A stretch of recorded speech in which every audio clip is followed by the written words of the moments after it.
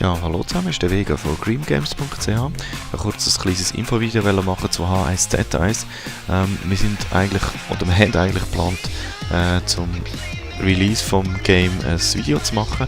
Wir haben auch ein bisschen gespielt und so, aber vielleicht, die es kennen, haben es vielleicht mitbekommen, sie haben recht Probleme gehabt mit Release, mit den Servern, mit der Performance, mit allem möglichen.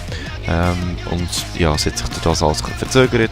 Und jetzt da noch ein Problem gehabt. Und das Hauptproblem im Moment ist noch, dass die EU-Server total überfüllt sind. Also man hat irgendwie 2 Stunden Warteliste. Also man kann sich in die Warteliste einloggen und die geht es 2 bis 2,5 Stunden, bis ein Platz frei wird. Also ja, nicht möglich. Und dann haben wir irgendwie müssen auf US-Server spielen und dort mega hohen Ping gehabt und so weiter und so fort. Und darum haben wir jetzt gedacht, wir können das Ganze noch ein bisschen rauszögern, ein bisschen warten, bis es ein bisschen besser wird. Und machen dafür ein bisschen ein ausgiebigeres Video, wo ein bisschen mehr Informationen wird geben. Als jetzt so schnell ein Video anknuscht, das euch dann auch nicht bringt. Aber ich habe gedacht, ich mache mal kurz die Info, damit ihr das wisst.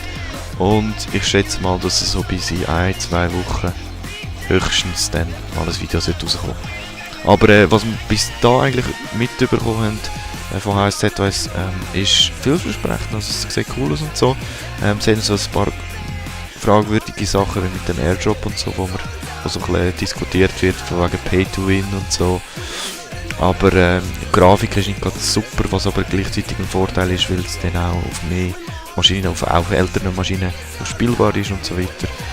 Ja, es hin und her, es sind ein Haufen Zeug, aber wie gesagt, also in diesem Video, in dann so 1-2 Wochen maximal wird es dann sicher auch noch mehr Infos geben. Okay, also, das war schon mal gewesen und dann bis bald. Merci und einen schönen.